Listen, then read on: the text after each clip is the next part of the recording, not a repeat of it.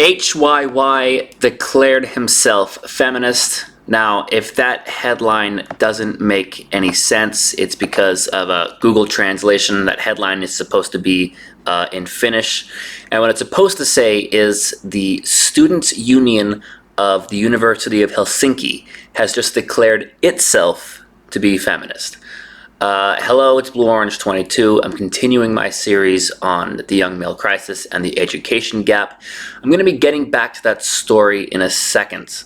But in this video, I'm going to be looking at the boys' education gap internationally. My last video kind of focused more on the United States. And as you can see from the title of this video, does feminism hurt boys' education? Now, you might think that's a little bit of a clickbait title.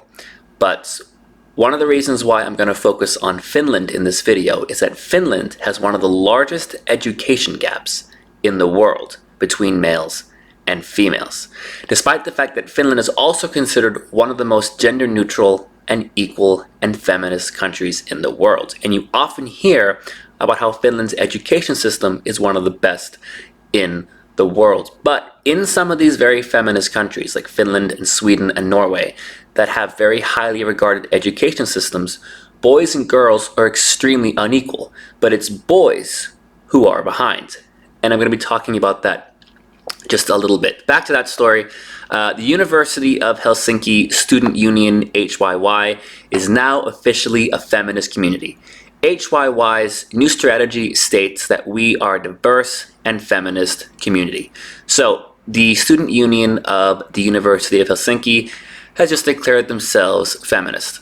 And this is their equality and diversity plan of the University of Helsinki, talking about gender equality and diversity. But the University of Helsinki is one of the least gender-neutral universities in the world, and they have twice as many female students as male students. Women outnumber men by a 2-to-1 ratio at the university, both in students and in earning degrees. You can see here, in 2011, a total of 31,200 students of all levels were enrolled at the University of Helsinki. Of them, 19,910 were women, a ratio of 64%. Now, first of all, you can see the ratio 64%, that's almost 2/3. That means women outnumber men by an almost 2-to-1 ratio. But notice how the only line they say is 19,910 of them were women. The only mention is of women. So it doesn't say, oh, this is how many men there are. It only mentions women. And women outnumber men by a 2-to-1 ratio, meaning men are only half as likely to go to university. You can see that here in a chart form. You can see it's almost double women to men. So men are only half as likely to be students at the University of Helsinki. Now, if you look at the degrees earned, in 2011, a total of 5,514 degrees were completed at the University of Helsinki. Women completed 3,800 or 69% of these degrees. Now that is more than double. And you can see in the chart here, that's exactly what it looks like. Women were more than twice as likely, more than double the number of degrees earned women, which means men earned less than half the number of degrees as women did. Now, just imagine this. Imagine if the genders were reversed. Imagine if women were less than half as likely to be students and less than half as likely to earn degrees. It doesn't mean less than 50%. It means a 2-to-1 ratio. It means the number of women earning degrees is double. So for every 10 men earning degrees, 20 women are earning degrees. Imagine if that was reversed, what people might say. I can imagine it would be considered a massive issue of social inequality, but you don't hear anything about it. And in this plan for equality and diversity, which I've read and I've linked below along with everything else, there's not a single mention of this problem of how men are such a minority and how to get more male students on campus. But how can that possibly be? You have a plan about equality and diversity. This is a massive gap. This is a massive problem in equality and diversity. But because it's happening to men, they completely ignore it. And this is now at a university that has officially declared itself feminist. I just think that's kind of an interesting thing to note. One of the widest gender gaps in the world, a 2-to-1 ratio. For every 2 women, there's only 1 man. Imagine if it was the reverse. Imagine if it was for every 2 men, there was only 1 woman. It would be considered a massive inequality. There would be all kinds of programs and special scholarships to try and fix it. But because it's men who are the minority, you don't hear a single thing about it. Now, this problem is actually all throughout the country of Finland. And Finland, as a country, has one of the widest gender gaps in the world. As you can see here, women in Finland continue to outpace men in education. And the gender gap in Finland is 59% overall. University students, university degrees are women. Over half of women aged 25 to 64 have higher education degree. And at the moment, women are completing 59% of all university degrees, which is a pretty big difference. So the question is, if Finland is so feminist and gender neutral and gender equal, are they bothered by that gap? Because you know, if it was women only earning 41% of degrees, which is what men are earning, if women are earning 59%, men are earning 41%. If women are only earning 41% of degrees, they would consider it a big issue. But because it's only men earning 41% of degrees, no one really seems to talk about it.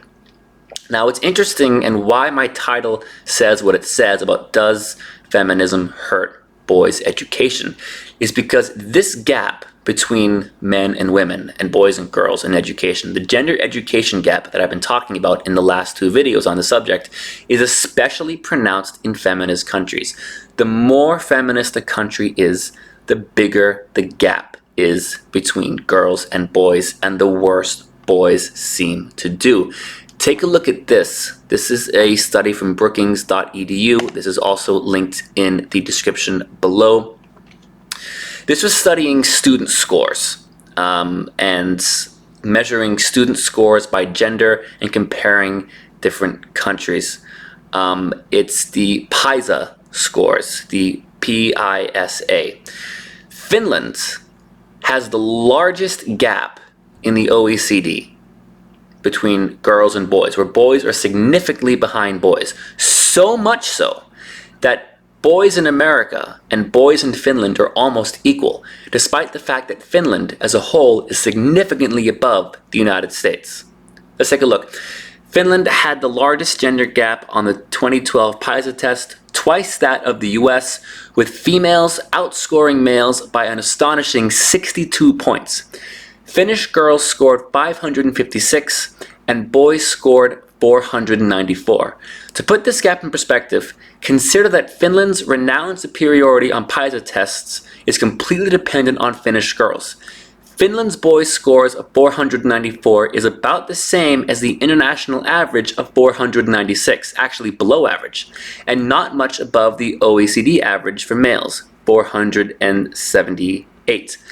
The reading performance of Finnish boys is not statistically significantly different from boys in the US, 482, or from the average US student. Both boys and girls, 498. Finnish superiority in reading only exists among females. Now think about that.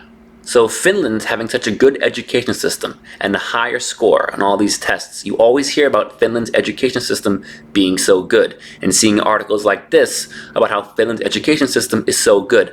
That's only for girls.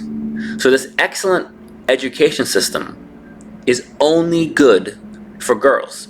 Boys aren't really ahead at all. And you can see the gender ratio in Finland's universities is as lopsided as it is. Finland's biggest university has a 2-to-1 ratio of female to male students, and 59% of university students are female. So boys are significantly behind. And yet Finland is considered one of the most gender neutral and feminist and equal countries in the world. But can you imagine if it was the other way around? And the thing is, this is not just in Finland, this is true for a lot of the very feminist Scandinavian countries. Take a look. There's a hint of a geographical pattern. Northern European countries tend to have larger gender gaps in reading.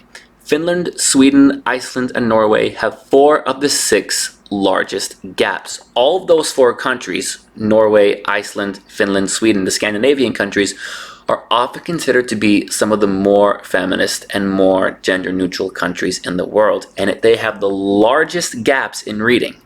But because it's boys who are behind, because it's boys who are doing worse, you've never really heard about that. You've only heard that, oh yeah, the Scandinavian countries have some of the best education systems in the world. But that's only true for half of the population. But because it's boys who are behind, you've probably never heard of that. Why do you think that is?